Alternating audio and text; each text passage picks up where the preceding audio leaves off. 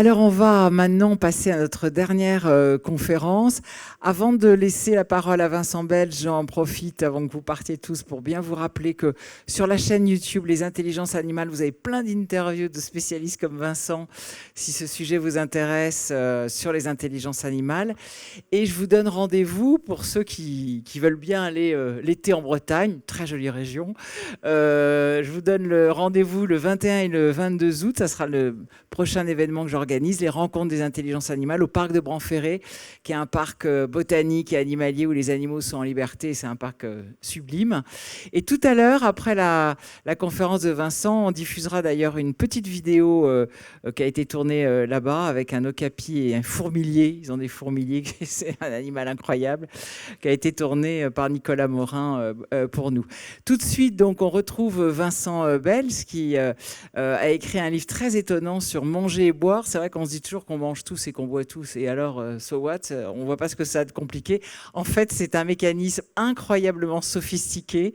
Et Vincent a fait tout son travail et cette enquête sur les stratégies extraordinaires au cours de l'évolution pour que les animaux puissent et manger et boire, quels que soient les milieux dans lesquels ils vivent.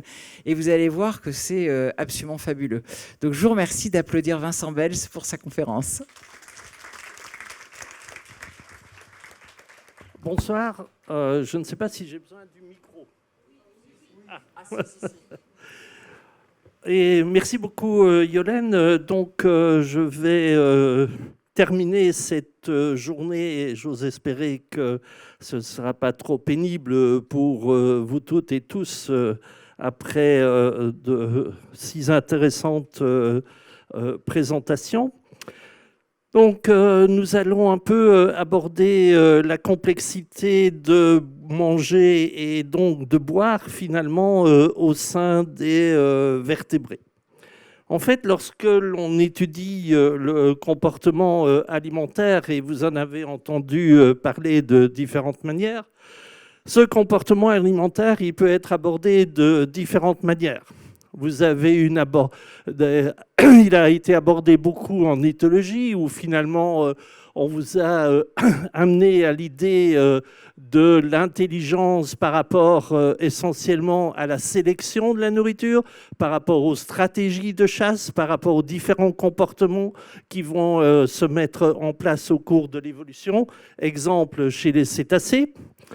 On vous a amené à l'aspect historique pour essayer de voir comment les connaissances ont évolué sur la partie écologie comportementale, en fait sur la manière dont les organismes et dont l'homme a appris quel était le rapport et comment le rapport entre coûts et bénéfices chez les organismes avait évolué au cours de nos connaissances. Mais ce comportement alimentaire, il va évidemment dépendre d'un certain nombre de paramètres qui nous sont propres. Par exemple, il va dépendre des caractéristiques... Pardon ? Il va dépendre des caractéristiques des dents, des mâchoires, de la forme du crâne, et encore plus peut-être pour un certain nombre d'espèces de la forme, des propriétés, des possibilités de déformation de la langue. Et toute cette morphologie qu'on va appeler morphologie fonctionnelle nous amène à essayer de comprendre la mécanique qui conduit aux performances animales, par exemple aux forces de morsure, la vitesse avec laquelle l'animal est capable non seulement d'approcher une proie, mais de l'attraper, la puissance musculaire qu'il va développer, tout ceci dans un certain nombre de limites physiologiques. Par exemple, tout à l'heure, on nous a expliqué que les chevaux dans la mine n'acceptaient pas que l'on augmente le nombre de wagons pour attirer. Mais en fait, le cheval, il n'a pas une connaissance, il n'a pas vu du nombre de wagons que l'on va lui attacher en plus. Par contre, il peut avoir une connaissance de ses limites physiologiques et donc du rapport coût et bénéfice qu'il va devoir effectuer pour justement réaliser ce travail.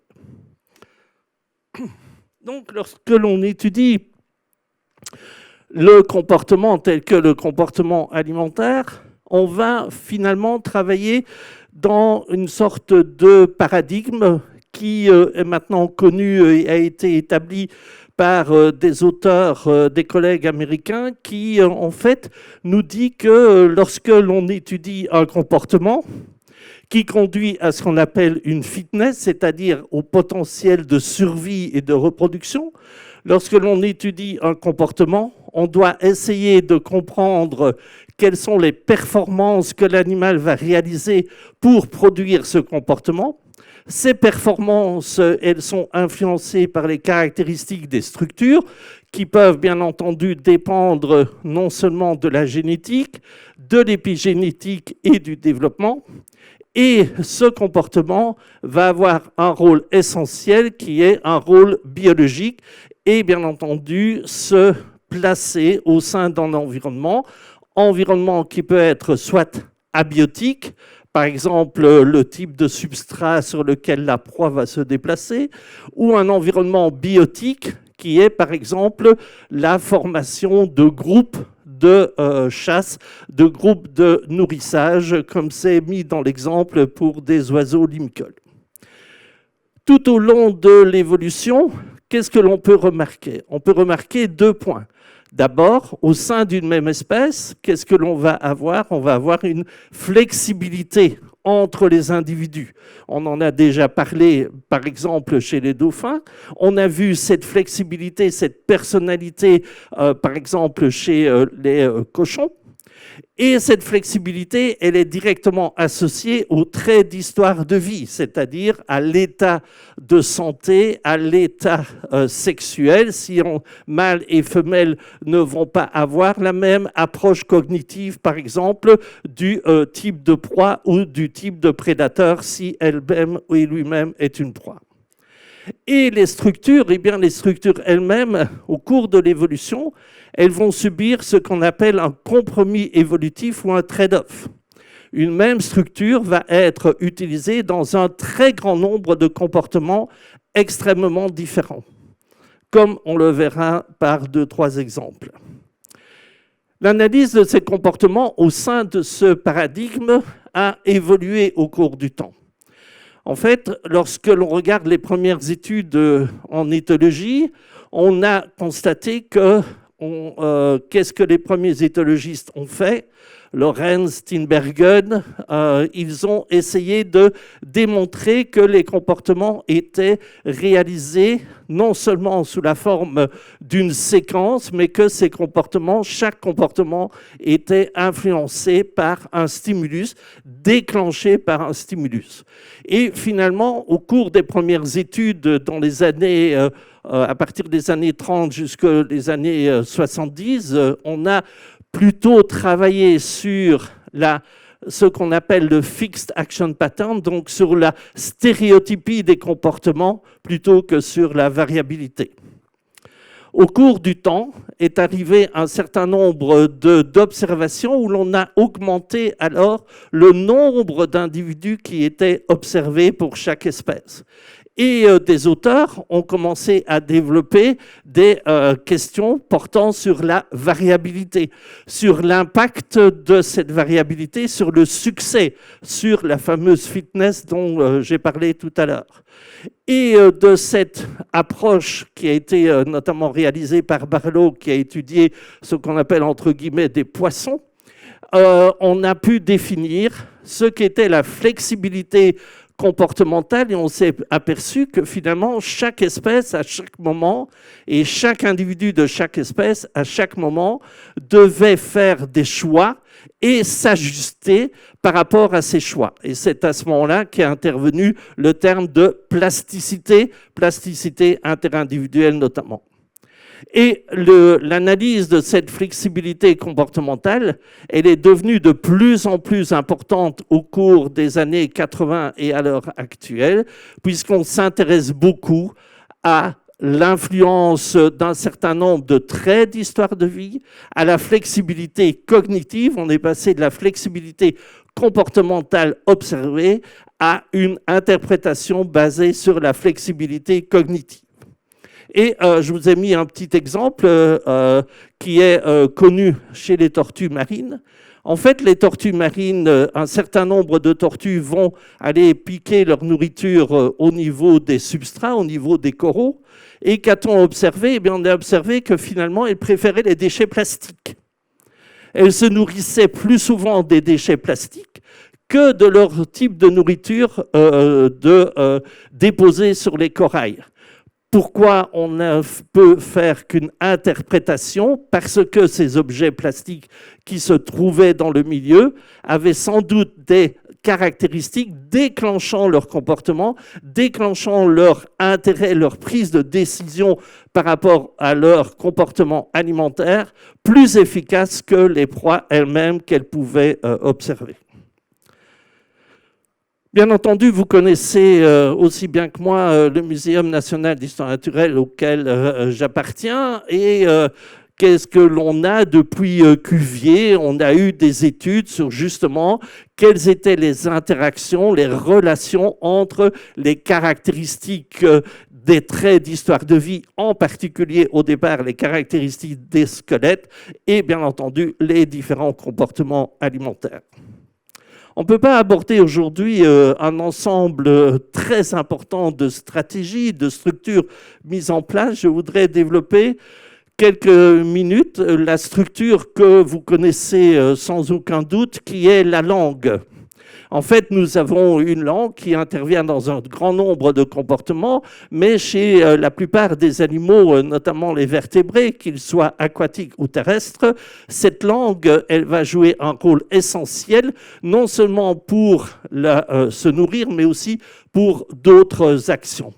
Et donc, cette langue a fait l'objet d'un grand nombre de travaux où on essaye, du point de vue morphologique, de retirer un certain nombre d'invariants en liaison avec le comportement alimentaire. C'est ce qui est présenté sur cette image, où pour une série de groupes d'animaux, vous voyez en fait des caractéristiques générales de la langue qui sont dans un dessin, présenté dans un dessin, mais ce dessin évidemment est idyllique. Il ne représente pas la réalité de chacune des espèces illustrées. Et donc, vous savez aussi bien que moi que la langue va jouer un rôle essentiel. Cette langue, vous l'avez là chez un exemple de primate, chez l'homme, mais vous l'avez également chez un varan. Cette langue va jouer un rôle essentiel dans un grand nombre de comportements. Et si l'on regarde un petit peu l'histoire de notre connaissance, on peut constater que même au temps, à l'Antiquité, par exemple, lorsque l'on regarde les sculptures ou les peintures étrusques, ou encore lorsque l'on regarde les représentations de tapisseries au cours du Moyen-Âge et de la Renaissance, évidemment, chez les représentations actuelles, tels que Pikachu, je pense, c'est ça. On peut constater que la langue, eh bien, finalement, elle est représentée de façon extrêmement importante. On a l'impression parfois que ce ne sont que les mâchoires, parce que c'est l'instrument qui va permettre de mordre, de tuer la proie et même de l'avaler, est représenté de manière très importante. Mais en fait, on retrouve des représentations de langue et on peut se dire finalement que ce primate-là est en train de tirer la langue au futur prédateur qui grimpe vers l'arbre, sur l'arbre pour aller l'attraper.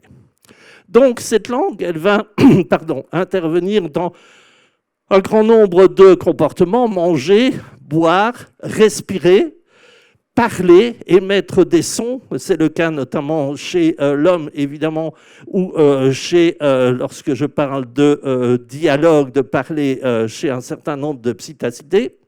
Mais elle va intervenir également dans des comportements extrêmement importants, par exemple chez les oiseaux, pour entretenir son plumage. Et la langue a toujours, au cours de l'évolution, joué un rôle majeur pour communiquer. Tout le monde connaît les fameuses parades haka des rugbymen. Et si vous regardez bien, en fait, non seulement en plus des gestes qu'ils réalisent, pas tous, mais un certain nombre de joueurs sont en train de, pour manifester leur agressivité, pour manifester leur état, ils sont en train de tirer la langue aux joueurs de l'équipe adverse. Donc la langue, eh bien, elle va jouer un rôle essentiel, mais elle n'est pas toujours utilisée. Je vais vous montrer 3 petites vidéos. Dans la première, à gauche, vous voyez un lézard qui va utiliser la langue pour capturer sa proie, qui est filmé dans différentes positions avec plusieurs miroirs. On voit très nettement que la langue est vraiment le système de capture des proies. Chez cet oiseau que vous connaissez, que vous pouvez voir quasiment partout maintenant, le goéland, vous allez voir que l'animal va capturer avec le bec et puis en fait la langue va l'aider à manipuler la nourriture de telle sorte qu'il va l'avaler. Par contre, d'autres espèces d'oiseaux, telles que cette spatule en bas, elle a un bec tellement long qu'elle n'a pas la possibilité d'utiliser la langue pour se nourrir. Donc, qu'est-ce qu'elle va faire? Elle va projeter de manière balistique sa nourriture de l'extrémité du bec vers la gorge.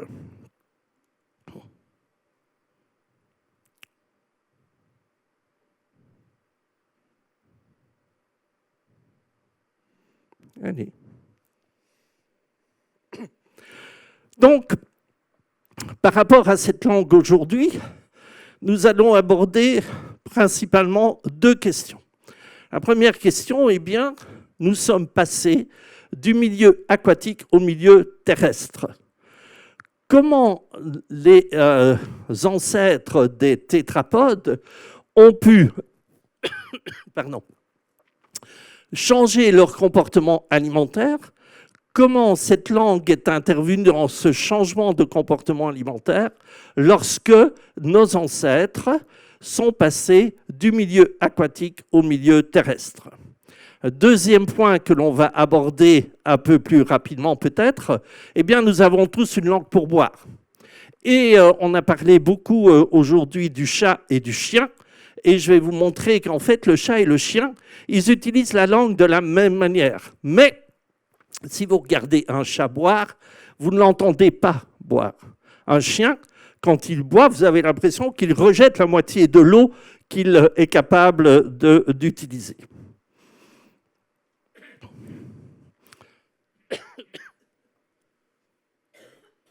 Le passage à la vie terrestre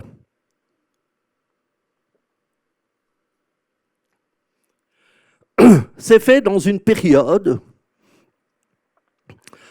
assez mal connue, où finalement on a des organismes que l'on appelle des tétrapodes de base qui ont vécu à la limite entre le milieu aquatique et le milieu terrestre, ou de manière plus fréquente dans le milieu aquatique, et se sont retrouvés dans le milieu terrestre. Et donc, ça veut dire qu'en fait, en passant dans le milieu terrestre, il faut imaginer qu'il n'y a pas un individu qui est passé dans le milieu terrestre, il y en a des centaines, voire des milliers.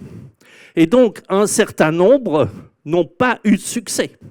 Ils sont soit restés dans le milieu aquatique, soit ils ont été éliminés. Mais parmi ceux qui ont conquis, entre guillemets, ça n'est pas une conquête, qui sont passés en milieu terrestre, un certain nombre ont été capables de passer d'une alimentation aquatique, donc de proies capables de se déplacer dans l'eau, de fuir dans l'eau, à une alimentation d'animaux de proies terrestres. Donc, on est là en particulier au sein d'un mécanisme qui est un passage lié à un grand nombre de contraintes. On ne va pas toutes les citer, mais bien entendu, une des premières contraintes, c'est le milieu dans lequel l'animal vit. En milieu aquatique, l'eau, elle peut servir de véhicule de la nourriture. C'est ce que nous verrons un petit peu lorsque l'on parlera de l'aspiration tout à l'heure. Dans l'air, vous pouvez toujours essayer d'aspirer un spaghetti qui est dans votre assiette, vous n'y arriverez jamais. Donc, ça veut dire quoi? Ça veut dire que dès que vous êtes dans l'air, vous devez aller chercher la nourriture avec votre structure. Quelle structure? Nous verrons lesquelles. Si vous avez une langue peu mobile ou absente dans l'eau, finalement, si vous utilisez uniquement la bouche pour ouvrir et donc créer une aspiration, le développement de la langue, qu'il soit important ou pas, est secondaire. Par contre, si vous avez une nourriture que vous avez capturée à l'extrémité de votre mâchoire, par exemple à l'extrémité de vos dents, vous n'avez plus que deux solutions. La première solution, c'est de la transporter, comme je vous l'ai montré tout à l'heure chez la spatule, de manière balistique. Vous allez donc effectuer un geste en arrière et au lieu de tirer comme une balle en avant, que se passe-t-il? Vous donnez une énergie cinétique à la nourriture qui vient se déplacer vers l'ésophage. Ça, c'est la première solution. La deuxième solution, eh bien, c'est d'avoir une structure qui est capable elle-même, dans la cavité buccale, de déplacer cette nourriture. Quelle est cette structure? C'est une structure qui doit être très mobile. C'est une structure qui ne peut pas être rigide. C'est une structure qui est capable de se déformer de façon relativement importante. Eh bien, cette structure, c'est la langue.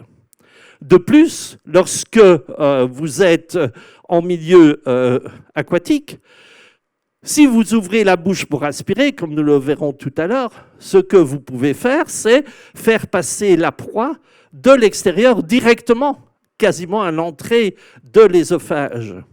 Mais si vous êtes en milieu terrestre, eh bien cela est impossible, puisque vous allez devoir utiliser un moyen, qui est la langue, pour amener cette langue vers l'ésophage. Donc, qu'est-ce que vous allez faire? Eh bien, vous allez travailler de manière séquentielle sur la nourriture. Vous allez donc prendre la nourriture. Une fois qu'elle est dans la cavité buccale, vous allez pouvoir la tester, la mastiquer, la transformer. Et puis, une fois qu'elle est transformée, elle va créer une sorte de bolus alimentaire. Et ce bolus alimentaire, avec la même langue, vous allez être capable de le pousser dans l'ésophage.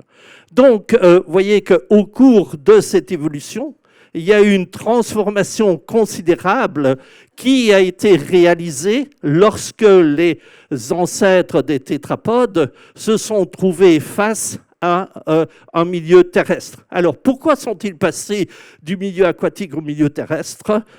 Je pourrais peut-être répondre éventuellement, mais ça devient un peu trop long. Mais en fait, ce qu'il faut bien se dire, c'est que ça n'est pas une conquête et que finalement, la seule chose que l'on peut faire pour l'expliquer, c'est émettre des hypothèses.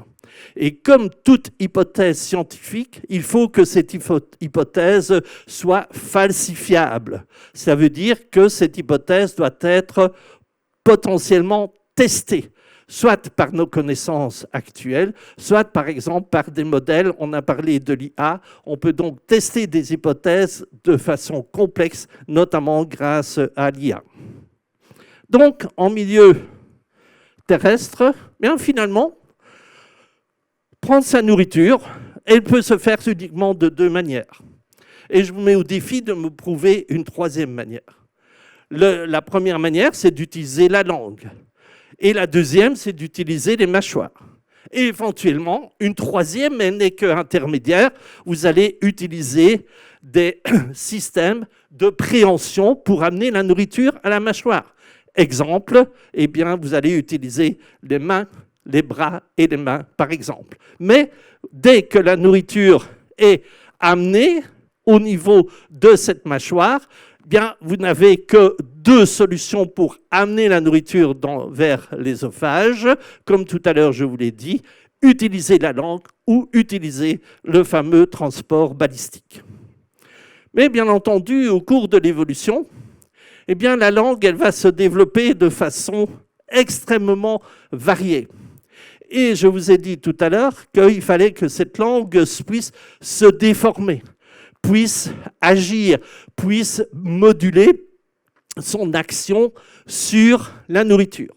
En fait, on a déterminé que chez tous les tétrapodes, qu'il s'agisse de reptiles, de mammifères, d'amphibiens, finalement, on peut dire que cette langue va se déformer suivant deux régimes principaux. Un régime élastique que l'on va retrouver chez le caméléon. Qu'est-ce que ça veut dire? Ça veut dire qu'avant de projeter la langue, on va essayer de tendre un certain nombre de systèmes, par exemple des tendons, par exemple des tissus autour de la langue, et puis on relâche ce système, et donc l'énergie qui est fournie permet à la langue d'être projetée. Ça, c'est un régime que l'on appelle le régime élastique. Le deuxième régime, c'est un régime musculaire, où c'est simplement, entre guillemets, le muscle ou les muscles de la langue qui vont intervenir. Dans votre langue, vous avez des dizaines de muscles qui vont vous permettre de la faire se déplacer, vont vous permettre de la déformer. Et chez certains animaux, vous avez même un très grand nombre de muscles, et ces muscles vont travailler, comme par exemple chez ce petit lézard.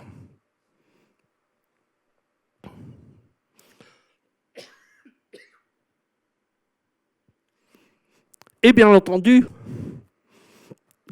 comme c'est toujours le cas en biologie, on a un système A, un régime élastique, un système B, un régime musculaire, et entre les deux, eh bien, on a toute une série d'intermédiaires qui vont mettre en route plutôt l'un ou l'autre de ces deux régimes. Nous sommes basés essentiellement, uniquement, même sur le régime musculaire.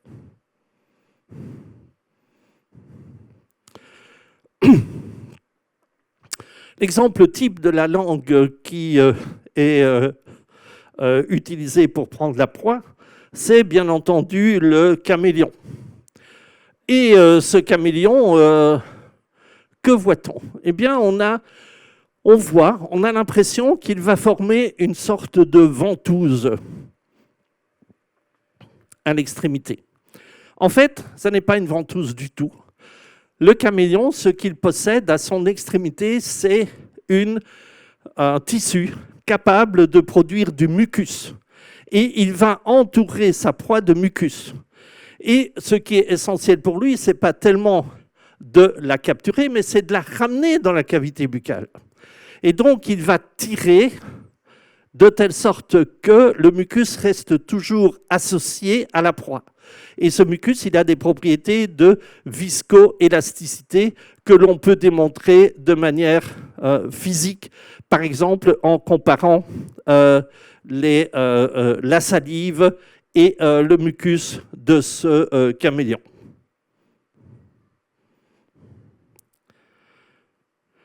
Et donc, eh bien, la langue, on en a parlé tout à l'heure, les chevaux, cette langue, elle va intervenir non seulement pour manger, comme c'est le cas ici, mais voyez, cette langue, elle intervient en liaison avec les lèvres, nous sommes chez un mammifère, et bien entendu, elle va intervenir pour boire.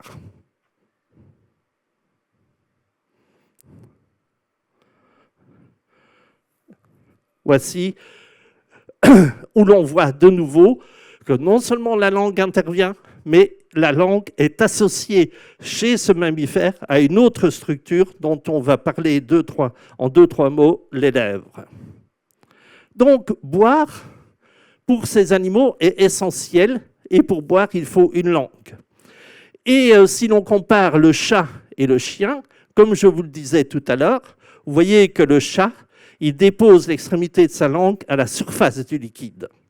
Il n'y a pas d'éclaboussure.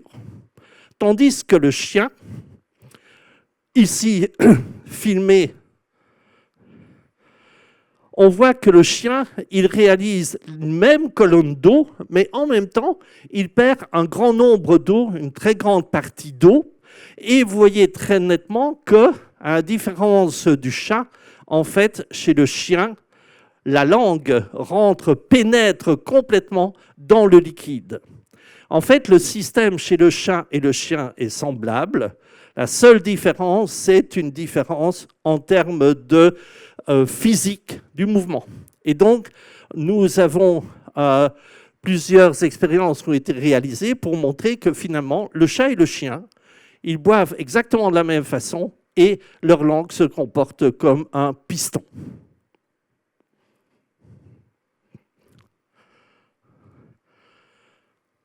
Manger et boire en milieu terrestre, nous venons d'en parler de façon relativement superficielle, mais n'est pas le seul mode d'alimentation que l'on retrouve chez les vertébrés. En fait, lorsque l'on regarde le comportement alimentaire en liaison avec des ressources alimentaires aquatiques, on va retrouver un grand nombre de comportements très différents. Et parmi ces comportements, eh bien, il y a bien entendu la filtration dont je ne parlerai pas, mais que vous connaissez, ne fût-ce que d'avoir vu des flamants roses filtrant si vous avez visité un parc zoologique. Vous avez des animaux qui vont mordre, je vous en ai donné l'exemple avec les tortues tout à l'heure, et vous avez des animaux qui sont capables de plonger. En fait, se nourrir en milieu aquatique et donc aspirer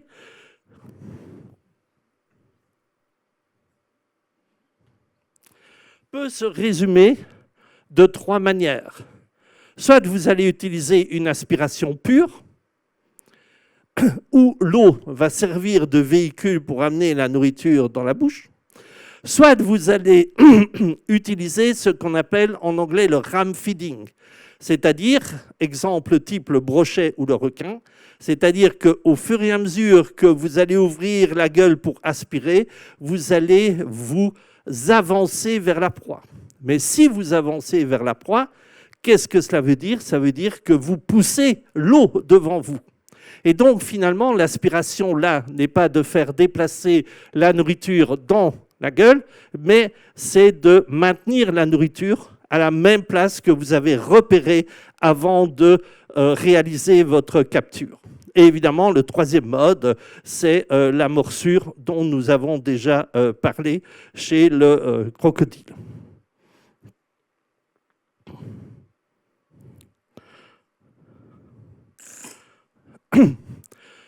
Parmi les animaux qui vont aspirer de façon assez remarquable, outre les poissons que je viens de passer, vous avez les tortues. Et là, vous avez deux exemples types. Vous avez une tortue qui vient d'Amérique du Sud, que l'on appelle matamata, et vous avez ici une tortue avec un nez, ça va vous rappeler ce que vous avez vu juste avant, puisqu'on l'appelle la tortue nez de cochon. On voit bien qu'elle a un nez un peu comme un groin. En fait, que se passe-t-il? Eh bien, ces deux tortues vous présentent des modalités d'aspiration très différentes. La matamata, par exemple, elle va réaliser une aspiration. Et alors?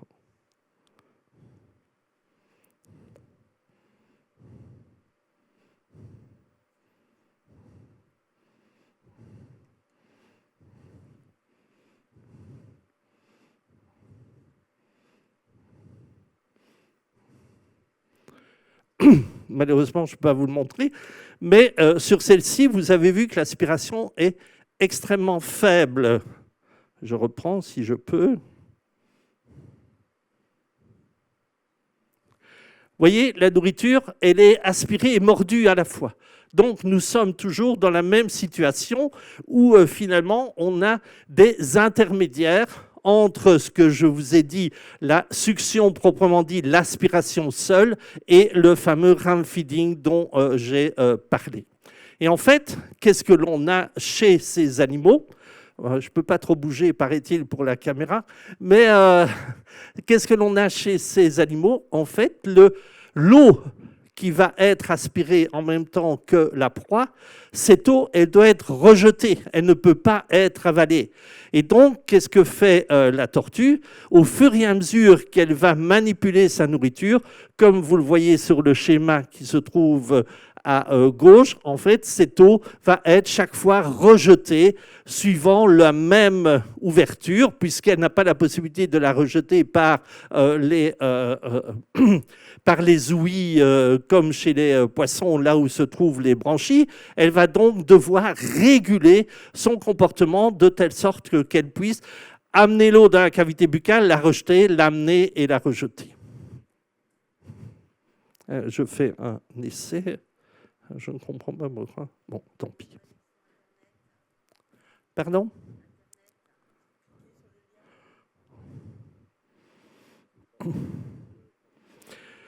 D'autres animaux, eux, vont poursuivre leur proie dans l'eau.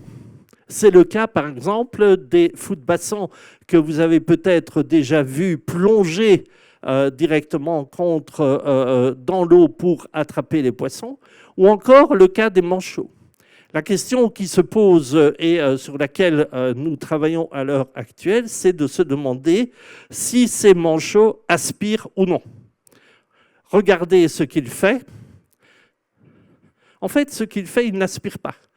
Il rejette la nourriture de façon libre et il réoriente sa tête pour essayer d'aller récupérer la proie, le poisson, de la manière adéquate, c'est-à-dire en fait de la remettre en ligne par rapport à sa cavité buccale.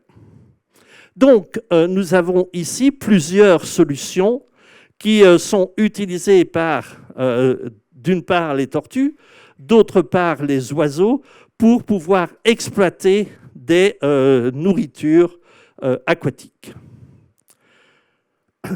Mais, comme tout à l'heure je vous l'ai dit, et nous l'avons vu dans l'exemple du cheval, la langue, elle ne fonctionne pas toute seule.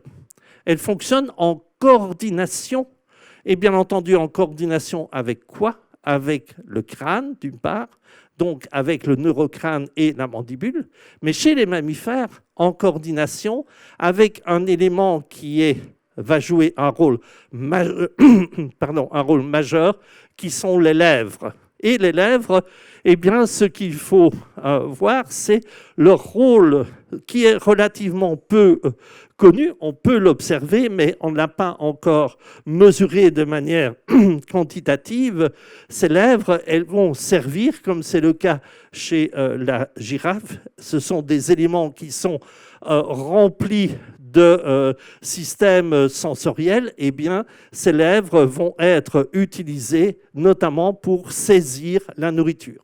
Et donc là, c'est un travail d'une étudiante qui a essayé de comprendre quelle était la variabilité de l'utilisation de ces lèvres entre différents animaux. C'est-à-dire qu'au sein d'un même groupe de girafes, aussi bien dans la nature, j'ai eu un étudiant qui a travaillé en Afrique, qu'en parc zoologique, où là on peut travailler dans des conditions plus standardisées, en fait, chaque individu va utiliser de manière plus ou moins marquée, de manière légèrement différente. Tout à l'heure, je vous ai parlé de la variabilité, de la flexibilité comportementale, de manière relativement différente, de telle sorte qu'elle va essayer d'optimiser, chaque animal va essayer d'optimiser cette prise alimentaire.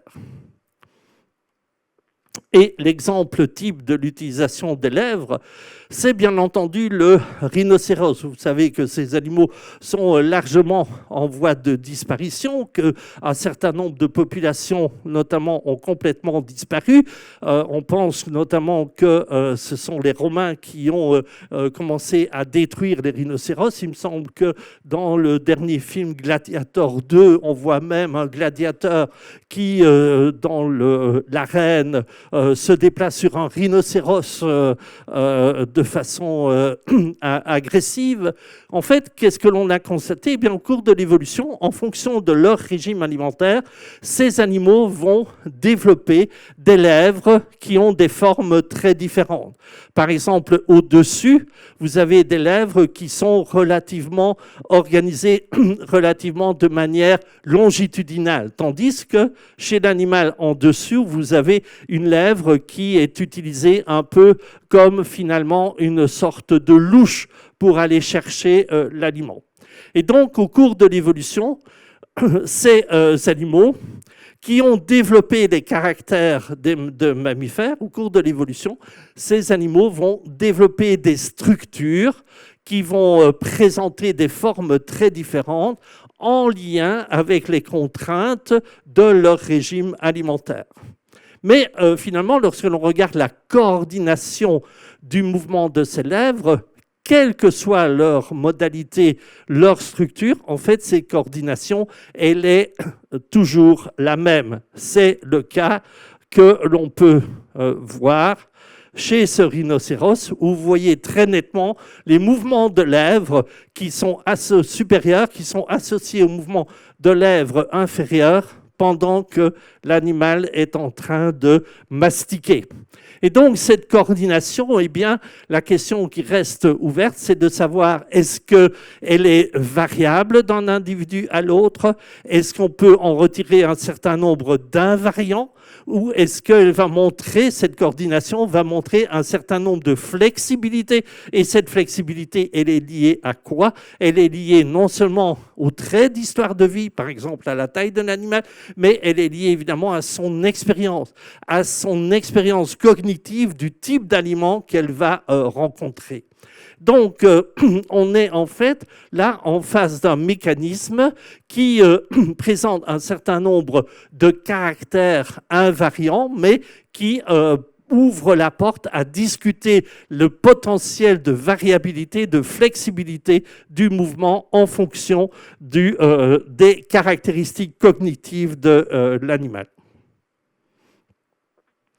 Autre exemple de lèvres, bien entendu, on en a parlé ce matin, c'est bien entendu la variation de la forme et l'utilisation de la forme de la trompe d'éléphant. On a parlé d'Emmanuelle Puydebas tout à l'heure, qui est une de mes anciennes étudiantes, en fait, qui a travaillé avec plusieurs personnes du muséum pour essayer de comprendre justement quelle était la variabilité, la flexibilité d'utilisation de l'extrémité de la trompe, non seulement entre éléphants africains et éléphants indiens, mais au sein d'une communauté d'éléphants.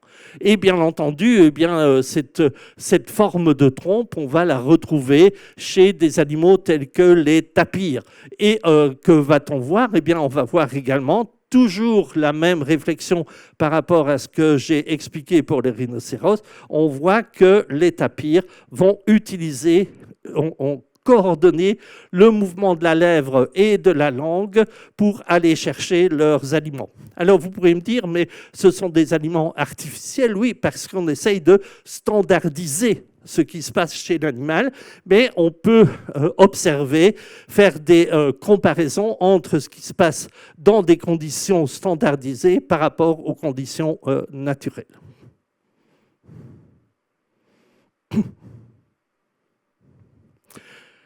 Mais les lèvres, je viens de vous le montrer, elles existent chez les mammifères, mais ce ne sont pas les seuls animaux qui en ont. Un certain nombre d'espèces de poissons, eh bien, vont développer une certaine modification de la structure en avant de la bouche sous la forme de lèvres. L'exemple le mieux connu est celui du poisson perroquet qui est représenté à droite, pour lequel malheureusement je n'ai pas d'image, mais en fait, vous voyez très nettement que les structures sont très développées, ici de manière un peu exagérée sur le dessin, mais évidemment, le développement de ces structures au cours de l'évolution s'est mis en place non pas dans un système de préhension, mais dans un système d'évitement des contacts, de diminution des contacts entre la ressource alimentaire et l'animal. Et ces lèvres, elles vont jouer un rôle donc très important chez un grand nombre d'espèces ici de téléostéens. C'est ce que l'on va voir sur cette petite vidéo, où vous voyez très nettement que l'aspiration est relativement faible et que finalement, eh bien, ce qui compte pour l'animal, c'est de le prendre avec ses lèvres. Une fois qu'il a pris avec ses lèvres, il peut être capable de l'aspirer de façon vraiment efficace. Donc, on ne doit pas retenir l'idée que les lèvres est un système mis en place qui a évolué chez les mammifères. C'est un système qui a évolué dans différents groupes zoologiques de telle sorte que cette structure puisse être associée à un certain nombre de comportements.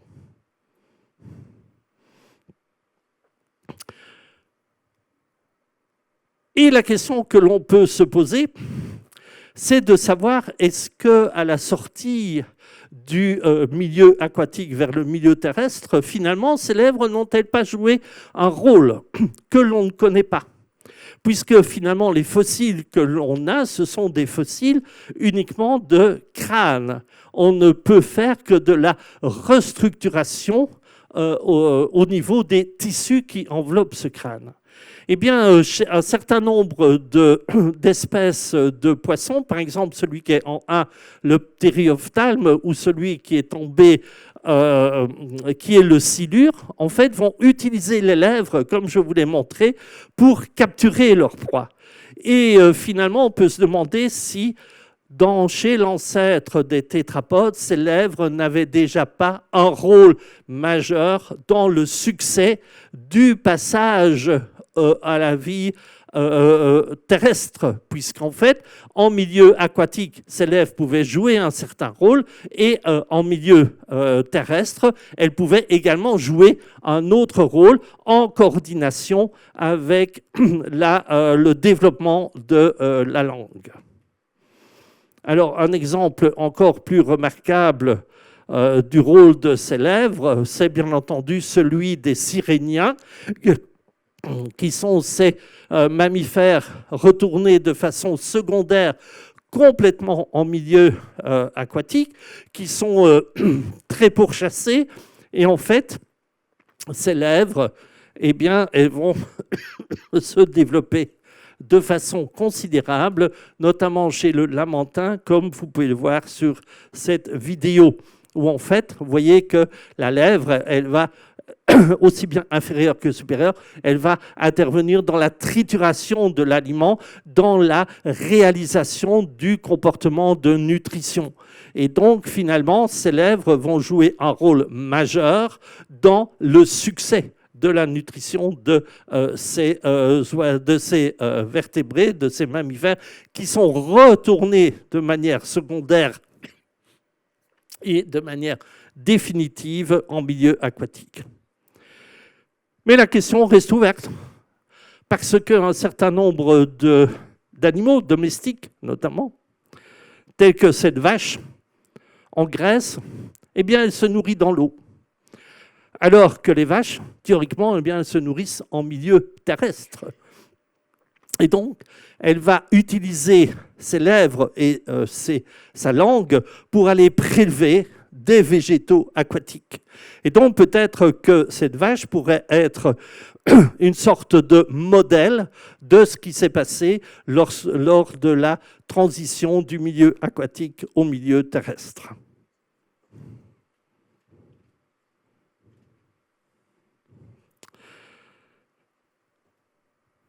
Et l'étude des lèvres, elle ouvre la porte à un grand nombre de discussions, notamment par rapport à sa coordination motrice et son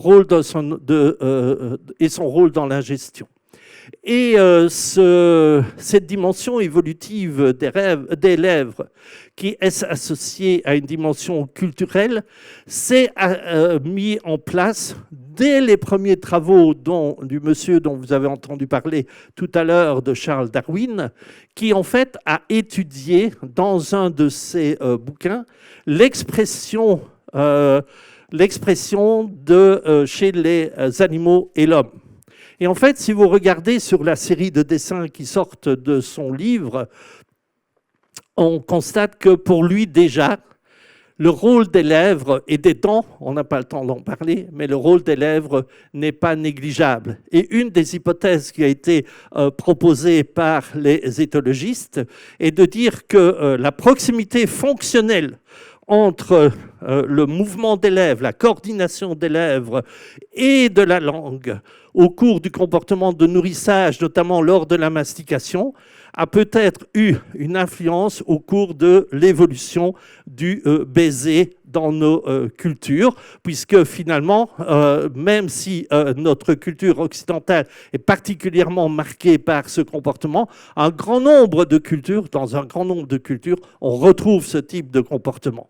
Et donc là, c'est une hypothèse qui est réellement difficile à falsifier, mais c'est une hypothèse qui dit que le fait de s'embrasser dans différentes circonstances, dans différents contextes, a peut-être évolué suite à la proximité fonctionnelle entre le fait de se nourrir et que la mère va donner la nourriture mastiquée à son nourrisson et le fait de s'embrasser.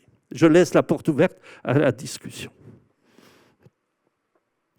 Et nous allons terminer par, nous avons vu le rôle de la langue, nous avons vu le rôle des lèvres, mais finalement, eh bien, chez nous primates, depuis les représentations notamment du XVIIIe siècle, puis du XIXe et du XXe siècle, un élément majeur a été associé au comportement alimentaire et puis au développement d'autres comportements à partir de ce comportement alimentaire, c'est celui des membres. Vous avez cette image, si vous allez visiter, je ne sais pas si elle est de nouveau ouverte, la galerie d'anatomie, de paléontologie et du Muséum d'histoire naturelle, je fais de la pub pour le muséum, vous verrez cette image à l'entrée de la galerie d'anatomie. Donc le rôle des membres antérieurs et de la main a toujours suscité l'intérêt de beaucoup de scientifiques qui se sont intéressés à l'évolution des primates. Vous avez là un dessin caractéristique de l'époque qui montre justement que ce primate a une possibilité de préhension par ses membres antérieurs. En fait, cette possibilité de préhension, elle est fortement étudiée dans différentes espèces de primates. Ce qu'il ne faut pas oublier, c'est que chez les oiseaux, je ne l'ai pas ici, mais chez les oiseaux, la préhension se fait par les pattes postérieures. Donc l'évolution de la préhension chez les oiseaux n'a rien à voir avec l'évolution de la préhension chez les mammifères. Mais certains primates, par exemple, sont capables de faire de la préhension au niveau des membres antérieurs, mais également au niveau des membres postérieurs. Et cette préhension, on la retrouve alors que ce sont des idées qui sont plus récentes, on la retrouve chez un grand nombre d'espèces animales. Par exemple, chez les carnivores, vous avez là une image un peu d'Épinal où un lion saute sur sa proie qui est un buffle, mais en fait c'est grâce au rôle de ses membres antérieurs, non seulement de ses griffes, mais de ses membres antérieurs et donc de ses pattes antérieures, qu'il va être capable de maintenir son accroche sur sa proie. Et donc, ces représentations, bien entendu, du rôle des membres antérieurs, elles ont été développées au cours de l'histoire. Je reprends cette tapisserie où l'on voit très nettement donc ce prédateur qui est tué par la licorne, mais en attendant qui essaye de se maintenir dans son milieu par ses membres antérieurs, et en même temps, remarquez que aussi bien chez le prédateur que chez la licorne qui le tue, vous avez toujours cette langue qui apparaît, qui est montrée. Donc, la manipulation de la nourriture, eh bien, elle est intervenue au cours de l'évolution relativement tôt. On peut l'observer chez des amphibiens, chez des reptiles, mais on peut également l'observer chez quasiment une majorité de mammifères. Que ces mammifères soient des mammifères terrestres ou des mammifères retournés secondairement au milieu aquatique. Chez les amphibiens, vous avez ici une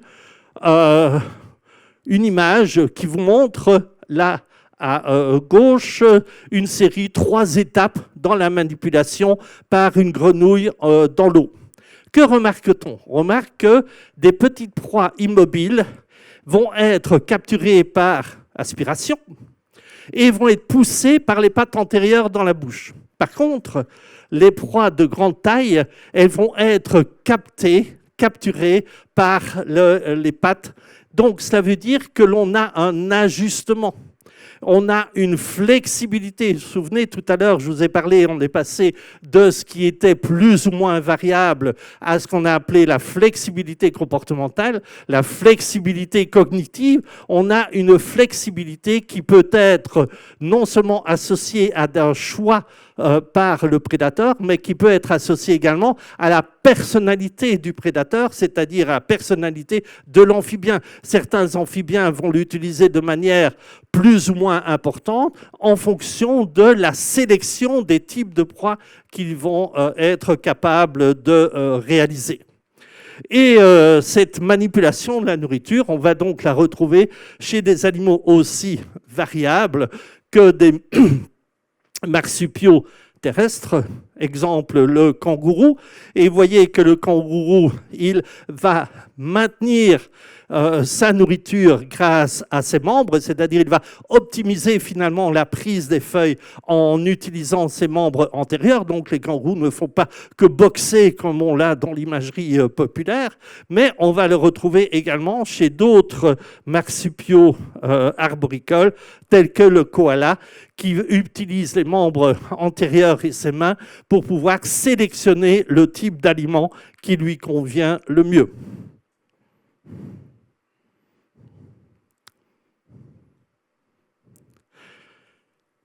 Chez les primates, qu'est-ce que l'on a? Les primates sont l'exemple type de l'utilisation des membres antérieurs des mains. On a finalement une structure qui est relativement semblable, et cette structure, elle va être utilisée dans un grand nombre de comportements. Bien entendu, dans la capture de la nourriture, comme je vous l'ai dit, dans la prise de nourriture, mais ces primates qui sont à l'origine essentiellement arboricoles, vont également utiliser leurs membres et leurs mains dans tous les comportements, notamment locomoteurs. Ce sont des animaux qui vont, au départ, pouvoir se déplacer dans un milieu 3D extrêmement complexe. Et qu'il s'agisse de primates tels que ceux que je viens de vous montrer, ou bien qu'il s'agisse de primates considérés comme plus primitifs, qui sont les primates les lémuriens. Et sur cette petite vidéo, ce que vous allez voir, eh bien, c'est un primate qui vous montre finalement que ce qu'il va faire, c'est décider, entre guillemets, d'utiliser soit la gueule, soit les membres pour pouvoir se nourrir de manière la plus efficace. Donc cet animal, c'est un modèle classique en zoologie, en biologie évolutive, c'est le microcèpe. Donc j'espère que la vidéo va fonctionner. Et donc regardez bien. Donc il essaye de mordre sa nourriture, puis sa nourriture ne le satisfait pas, entre guillemets, et donc il va utiliser les membres, il utilise les membres pour optimiser la prise de l'aliment et optimiser son comportement alimentaire. Et avec notamment Emmanuel, dont je vous ai parlé tout à l'heure, nous avons réalisé un grand nombre d'études comparées du comportement, de la complexité de ce comportement et de la flexibilité de ce comportement en lien avec le type d'aliment.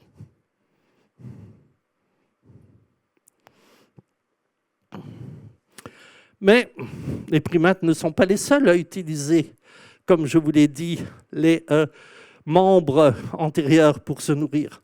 Nous revenons à notre lamantin de tout à l'heure. Nous avons vu qu'il utilisait les lèvres de façon remarquable pour prendre la nourriture, triturer la nourriture, la préparer en quelque sorte avant de l'avaler. Regardez ce qu'il fait avec ses pattes. Il soutient son comportement alimentaire en utilisant ces pattes pour assurer le maintien de l'aliment à proximité, le plus proche possible de ses lèvres et de sa bouche. Donc, il va utiliser les membres pour optimiser son comportement de telle sorte que le coût qu'il applique dans ce comportement soit largement inférieur par rapport aux bénéfices qu'il va en tirer.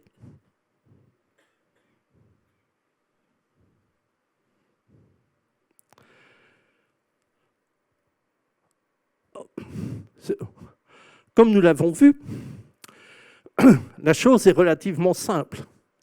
Donc, nous avons des mouvements de bras et puis des mouvements de mains. Mais la nourriture, elle peut présenter un très grand nombre de caractéristiques. Elle peut être de plus grande taille, exemple microcèpe, ou bien elle peut être de toute petite taille. Et dans toute petite taille, il va falloir justement ajuster son comportement et notamment ajuster sa posture de telle sorte que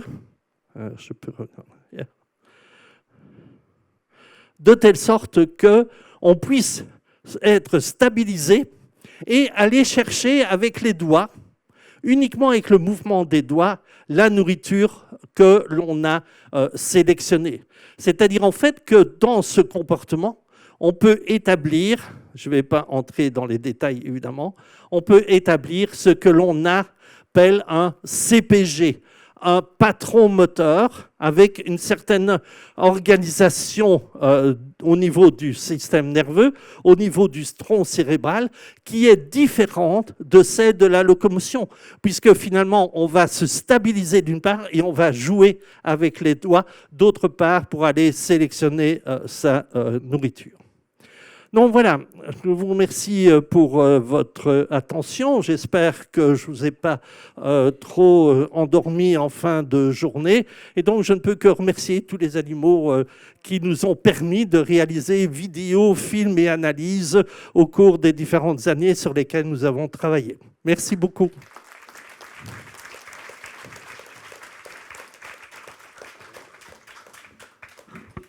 Merci Vincent. Alors on a une petite vidéo qu'on avait tournée avec un okapi, un fourmilier. Est-ce qu'on vous la passe? Ça fait 4 minutes. Bon, alors on va, si tu veux, la mettre. Celle sur la langue, parce qu'au départ on voulait vous les mettre toutes, mais je les ai mises sur les réseaux et elles sont sur la chaîne YouTube. Tu l'as pas? Ah bon? Est-ce que c'est possible d'avoir la vidéo sur la langue? Parce qu'il y a un okapi qui est tellement beau et un fourmilier qu'on a réussi à voir de près, grâce à Nicolas Morin qui bénévolement et très gentiment est venu tourner au parc de Branferré justement. Donc je vous redonne les dates du 21 et 22 août au parc de Branferré où il y aura les rencontres des intelligences animales. Et là j'avoue que l'okapi surtout il est tellement beau, j'aimerais bien que vous le revoyiez. Voilà. L'okapi est un exemple d'animal qui va utiliser la langue de façon assez extraordinaire.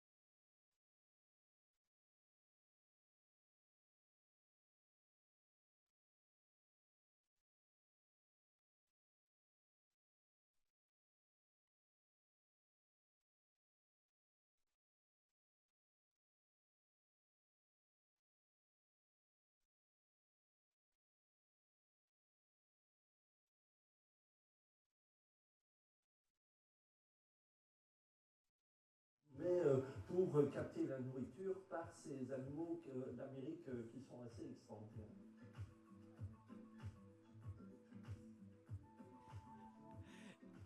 Tu peux venir. Voilà, je voulais que vous la voyiez cette vidéo parce que donc merci à Nicolas Morin qui nous a fait, on a fait un petit tournage et c'était drôle parce que l'Ocapi voulait absolument sortir. Ils sont tous en liberté, mais là c'est des endroits où ils peuvent être au chaud l'hiver.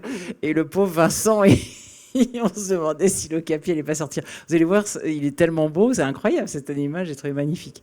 Bon, il est temps de poser vos questions. Alors, c'était quand même hyper spécialisé, là, hein, mais c'était très intéressant. Oui. Une question ici. Juste là, madame, au deuxième rang. Bonjour, merci beaucoup, c'était passionnant. J'ai juste une question sur le sourire, en fait, l'utilisation des lèvres pour le sourire. Je me demandais si c'était spécifiquement humain. Et si oui, d'où ça sort ? Beaucoup de primates utilisent en fait les lèvres pour soit sourire, soit rire. Et donc seulement l'aspect contextuel est sans aucun doute différent entre primates et humains. Et donc on peut établir un certain nombre de paramètres, comme je les appelais, invariants, mais il faut tenir compte du point de vue fonctionnel, mais il faut tenir compte de l'aspect contextuel. Et donc là, on va plutôt aborder la question par de la psychologie évolutive plutôt que par exemple, la morphologie fonctionnelle ou l'éthologie proprement dite. Et donc, c'est la raison pour laquelle, tout au début, j'ai essayé d'expliquer justement qu'il y avait, pour un même comportement, l'alimentation, mais ça pourrait être pour les lèvres également, différents types d'approches pour poser des hypothèses. Mais on sait, par exemple, que le rire chez les singes, les grands singes, sont plutôt des comportements liés à l'agressivité et donc ils vont ouvrir de façon plus ou moins importante les lèvres. Mais il y a toujours une trace biologique, nous quand nous sourions, il y a toujours une trace biologique qui porte sur l'évolution du comportement évidemment et non seulement sur l'utilisation de la structure mais sur le contexte dans lequel cela s'est fait.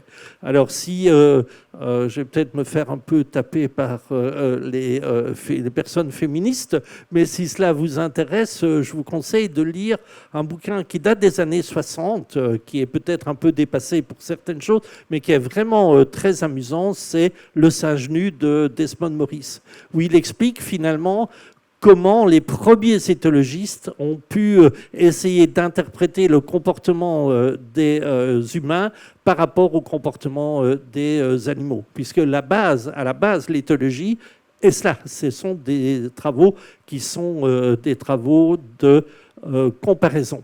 Alors si je peux ajouter un mot, tout à l'heure, on a beaucoup entendu le mot adaptation.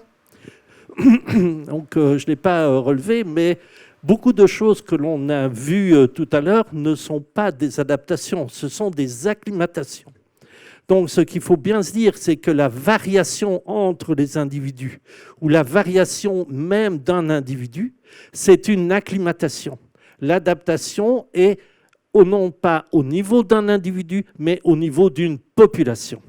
Et donc, je pouvais expliquer, quelqu'un a posé une question par rapport au castor, par exemple, on peut expliquer justement pourquoi on a une différence entre acclimatation et adaptation. Malheureusement, en français, on utilise le terme adaptation de manière un peu, à mon goût, un peu trop générale, sans tenir compte justement de cette différence.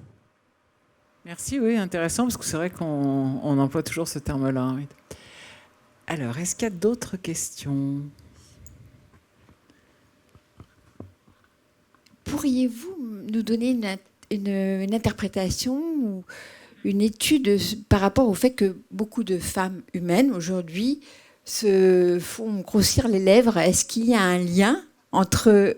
parce que j'ai toujours pas compris, et c'est pas du tout de la moquerie, est-ce que ça a été étudié? Est-ce qu'il y a quelque chose, une raison argumentée sur... peut-être quelque chose d'inconscient à se relier justement à l'air animal. Par rapport au rouge à lèvres, par exemple au Botox, par exemple. Grossir les lèvres. Grossir les lèvres. Alors justement, là, on aborde plutôt une question par psychologie cognitive ou sociale plutôt que par éthologie. Ce qu'il faut bien se dire, il y a pas mal d'études qui ont été réalisées où l'on présente, par exemple, à des hommes des visages de femmes ayant un certain nombre de traits différents. Et ces traits différents, on peut les caractériser de façon soit par la couleur, soit par la forme, soit par la taille, que sais-je. Alors, ce que l'on a montré notamment, c'est qu'il y a des variations très nette, très importante entre les populations. Et donc que les populations, certains hommes de certaines populations vont réagir de façon complètement différente par rapport aux mêmes traits portés par les femmes. Et vice-versa. De toute façon, il faut le voir dans les deux sens. Et donc, il y a sans doute une évolution qui s'est faite notamment au niveau du contexte relationnel. On a parlé tout à l'heure chez les cochons des contextes d'amitié, des contextes éventuellement d'amour qui peuvent se développer à partir d'un certain nombre de liens d'attachement. Et donc, il y a toute une série d'études qui s'intéressent. Est-ce que l'attachement, par exemple, va aller dans une certaine orientation chez des primates, chez l'homme, puisque finalement nous ne sommes, je m'en excuse, que des primates, en liaison avec un certain nombre de caractères. Il y a énormément d'études qui ont été réalisées. Le problème de ces études, à mon sens, notamment réalisées à l'Université de Montpellier, le problème de ces études, c'est qu'il faut être très attentif à ce que les conclusions soient falsifiables. Cela veut dire qu'à partir du moment où on a émis un certain nombre de conclusions basées sur des statistiques, peut-on on va faire une hypothèse, est-ce que cette hypothèse peut être testée ou pas? Par exemple, est-ce que la forme d'élève, mais la forme, ça ne veut rien dire. On va donc s'intéresser à des caractères de forme, l'épaisseur, la hauteur, le mouvement, par exemple, a des impacts sur la sélection par les hommes ou par les femmes de l'un ou l'autre des caractères. Bon, je ne sais pas si vous avez eu la réponse, mais, mais j'avoue que oui, c'est intéressant toutes ces études en tout cas. Donc il n'y avait pas que les lèvres. Hein, mais en fait, oui, c'est difficile de répondre parce que en fait, chaque étude dans ce genre d'approche va se faire dans des circonstances bien déterminées. Et donc, il est très difficile de généraliser. C'est la raison pour laquelle tout à l'heure, je vous parlais du bouquin d'Esmond Morris, Apprendre avec un certain recul, parce que là, on est au début de l'éthologie et donc on a une tendance à avoir une généralisation. Mais en fait, c'est une base sur laquelle beaucoup de gens ont travaillé. Le problème, c'est que Desmond Morris a eu tendance à mettre le mâle, entre guillemets, comme étant le modèle, parce qu'à l'époque, c'était la manière de travailler. Il n'était pas le seul. Voilà. Donc, je ne fais pas de publicité pour la personne, ni pour son approche, mais je trouve que c'est intéressant à lire. Voilà. Alors, une autre question. Oui, merci beaucoup pour votre présentation. Vous avez mentionné une hypothèse qui serait que le fait d'avoir des lèvres aurait permis aux tétrapodes donc, de s'adapter du milieu aquatique au milieu terrestre. Sachant qu'on a accès uniquement au squelette et non au tissu, qu'est-ce qui permettrait justement de falsifier cette hypothèse ou au contraire d'affirmer que c'est bien comme ça que les tétrapodes se sont adaptés en milieu terrestre? Alors, la seule solution, c'est de refaire de la reconstruction 3D à partir de squelettes existants et des squelettes fossiles. Et donc, voir si on peut reconstruire ce qui est le cas.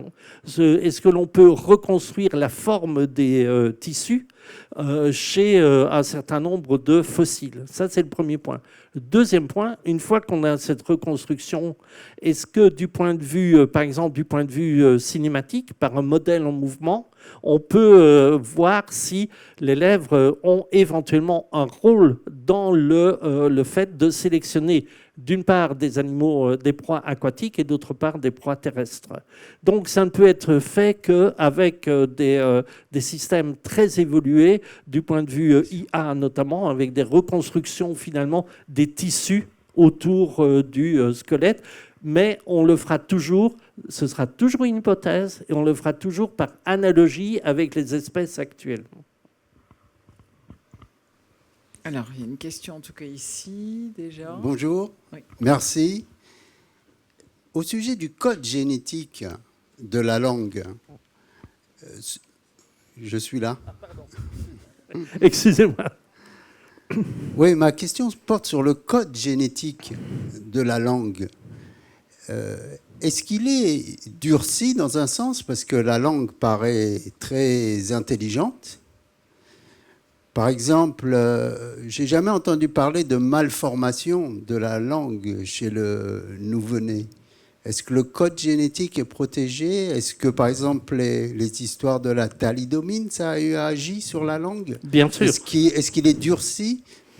Non. En fait, on connaît très peu, finalement. Pour l'instant, on connaît l'anatomie, parce qu'on a une connaissance des caractéristiques des muscles, de la répartition des muscles, notamment de plus en plus, on fait, au lieu de faire des coupes histologiques en 2D, on va faire de la reconstruction en 3D. Mais donc, tout à l'heure, au niveau, cela dépend à quel niveau on va se placer. Au niveau forme, on peut voir si certains muscles, les gènes de certains muscles vont s'exprimer ou pas. Mais nous sommes capables, je pense qu'en médecine, je ne suis pas médecin, mais en médecine, ça a déjà été montré, on est capable finalement de moduler le mouvement lingual en cas de problème, de difficulté. Et donc, ça veut dire quoi? Ça veut dire qu'on est capable de moduler ce que j'ai appelé tout à l'heure le CPG, le Central Pattern Generators. Donc, on est capable de moduler au niveau du système nerveux central un certain nombre d'éléments qui vont intervenir dans le potentiel de mobilité de la langue. Et donc là, on a un véritable contrôle génétique. En fait, le contrôle génétique, il va se placer au niveau de la forme, des caractéristiques morphologiques, d'où j'ai parlé des structures, mais également au niveau des performances que la langue va être capable en termes de mobilité. D'où le terme de comportement de mobilité n'a pas beaucoup d'intérêt. Ce qui est important, c'est les performances réalisées par chaque unité musculaire organisée d'une certaine manière. Et là, il y a un contrôle génétique qui peut bien entendu être également abîmé. Alors, Oui, bravo pour cette présentation sur cette approche de la biodiversité sur le génie animal, en fait, un de plus. Moi, je voulais revenir sur la question de l'animation 3D dont on parlait, et notamment sur les illustrations qui ont été présentées. On avait souvent Vincent Bels en signature, reconstitution IA. Et c'est ça que je voudrais un peu approfondir, c'est-à-dire quand on voit les dessins qui sont produits, on a l'impression de revoir des illustrations de Buffon, enfin des choses assez extraordinaires. Donc la question, c'est quel est le prompt, suivant l'expression consacrée maintenant, quel est on va dire la demande qui est formulée pour qu'on sorte quelques minutes après les dessins et la qualité des dessins qu'on a vus tout à l'heure. Quel est le logiciel, et quelles questions on lui pose, quoi? Parce qu'il y a un côté prodigieux quand même. Alors, en fait, moi, je travaille avec ChatGPT 5.2 en l'occurrence. Et donc, la manière dont moi j'ai travaillé pour cette présentation, c'est je tiens compte de la connaissance que j'ai. Donc, je lui donne des ordres, non pas simplement présente-moi le mouvement des lèvres, mais je lui donne un certain nombre d'instructions qui sont liées. Voilà, les lèvres se déplacent dans le sens vertical de cette manière-là, les lèvres se déplacent dans le sens horizontal de cette manière-là. Je lui donne des études scientifiques qui sont faites en résumé. Et je lui demande de construire un dessin. Par exemple, le dessin que vous avez vu pour les poissons, ça m'a pris une demi-journée pour l'obtenir. Parce qu'il faut lui donner justement des informations solides de telle sorte qu'il n'aborde pas les choses de manière fausse. Exemple, quand j'ai essayé de travailler sur les différents modes de capture chez les oiseaux, en fait, il ne parvenait pas à sortir de l'idée qu'il y avait chez les oiseaux un bras qui pouvait être utilisé. Donc pour lui, les ailes fonctionnent comme chez les mammifères, comme un bras de mammifère. Et donc, ça prend un temps extrêmement important de lui faire apprendre finalement un certain nombre d'informations. Et une fois que les informations sont fournies, on peut obtenir ce genre de schéma. Ensuite, moi je travaille ainsi, je fais dans le sens inverse, je regarde ce qu'il me propose comme solution et je compare cette solution-là par rapport à ce que je peux voir, moi, directement sur les films, sur les recherches de cinématiques, etc. Donc, finalement, l'IA n'est pas vue comme quelque chose de conclusif, entre guillemets. C'est vraiment un outil pour essayer de présenter au mieux un certain nombre d'informations. Et ça irait pas plus vite avec un bon dessinateur ? Malheureusement, je n'ai pas de bon dessinateur sous la main. D'accord. Parce que parfois, quand on t'écoute, on se dit bon. Tout à fait. Tout à fait. Alors, on a le temps d'encore une petite question. Excuse-moi de t'interrompre. Pour le bouquin, en fait, là, j'ai plusieurs personnes qui ont fait les dessins. Il n'y a pas un seul dessin de l'IA parce qu'ils ont été d'accord de participer. J'ai notamment une fille qui dessine très très bien et qui a eu le temps de faire un certain nombre de dessins. Mais bon, elle ne le fait pas non plus à partir d'une seule image. Elle fait une reconstruction à partir de plusieurs images. Mais l'IA, j'ai vu par expérience qu'il y a un certain nombre de choses qu'on peut lui demander qui ne réussira jamais. Enfin, à l'état actuel des choses, qu'il ne réussira jamais à réaliser. On a le temps encore pour une petite dernière question. Oui. Madame, on va vous apporter le micro. Bonjour. Je voulais revenir un peu sur la question par rapport au baiser. Quel est le rôle, en fait, de la bouche, de la langue au-delà du boire et du manger, et à quel moment c'est apparu? Parce que chez les mammifères, il y a toujours le toilettage, ou même les signes d'affection, une mère avec ses chatons, ou même les vaches entre elles qui se lèchent la tête. Mais chez les oiseaux aussi, il y a l'utilisation du bec.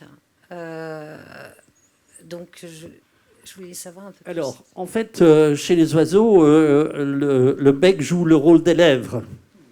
Finalement, parce que le bec, comme je l'ai montré, va servir non seulement à capter la nourriture, ce qu'il faut bien se dire, c'est que tous les oiseaux capturent leur nourriture par l'extrémité du bec. Ils n'ont pas de lèvres, ils ont une structure rigide de kératine, et donc le bec joue vraiment le rôle des lèvres. Les lèvres ne sont pas apparues, entre guillemets, chez les mammifères, on peut les trouver chez un grand nombre d'espèces, exemple, comme je vous l'ai montré, chez les poissons. La manière dont les lèvres vont être utilisées dans les rapports, dans les liens d'attachement notamment, tels qu'on peut les observer chez les mammifères, reste avec un grand point d'interrogation. Aussi bien chez l'homme que chez les mammifères actuels. Et je pense que ça va rester encore de très très nombreuses générations avec ce point d'interrogation. La seule chose que l'on peut émettre, c'est une série d'hypothèses. Et donc, par exemple, on ne sait pas si les ancêtres, les lignées ancestrales qui ont conduit à l'Homo sapiens ou qui ont dérivé de la branche conduisant à l'Homo sapiens plus exactement, on ne sait pas quel type d'interaction ils avaient au niveau des individus. Les lèvres étaient sans doute utilisées, un peu comme on l'a vu chez l'éléphant qui était capable d'arracher une épine ou d'arracher une fléchette ou quelque chose du même genre. Mais seulement, en fait, jusqu'à présent, on ne peut établir que des hypothèses difficilement falsifiables sur l'évolution du rôle des lèvres dans l'attachement. On peut le faire dans le cadre du nettoyage parce qu'on a un certain nombre d'espèces. Et donc, par exemple, ce qu'on peut faire, c'est on crée une phylogénie sur base moléculaire et on regarde la répartition du caractère. Et il y a plusieurs méthodes statistiques pour tester cette évolution du caractère, par exemple chez tous les mammifères. Mais ce sera toujours basé sur des statistiques actuelles. Peut-être que dans 10 ans, on aura trouvé une autre méthode statistique beaucoup plus générale que la cladistique ou autre méthode, mais ce seront toujours des hypothèses. Je ne peux donner aucune affirmation sur cette problématique. Merci beaucoup Vincent. On se retrouve là pour la dédicace du livre.